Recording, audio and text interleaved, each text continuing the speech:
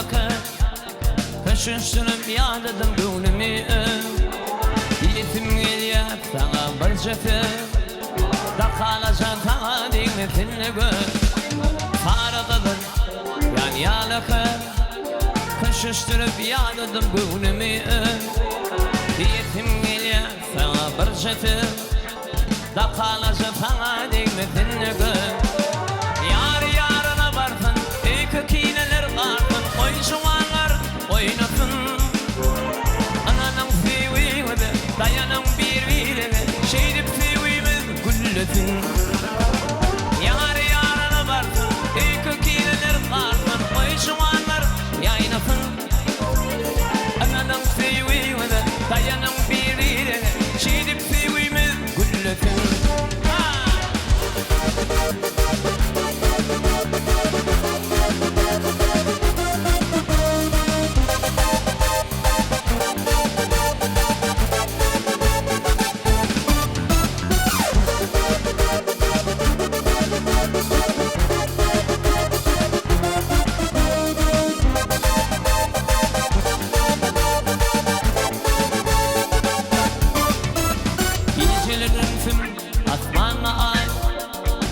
Yok ödüler hiç bulmadan tay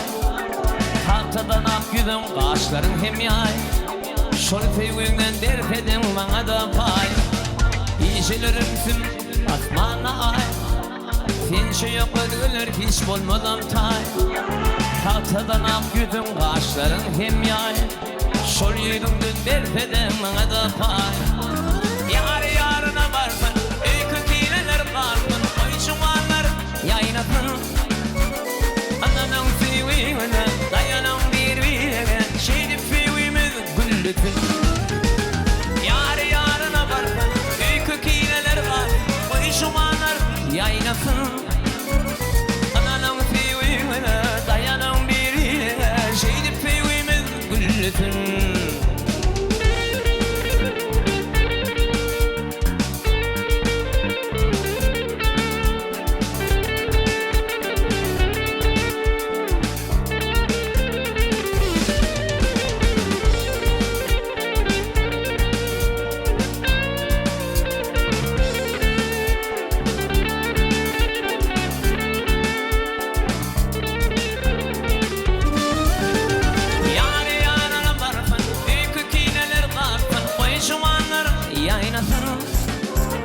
Ananın seviyine dayanın birbirine Şeydip seviyimiz güllesin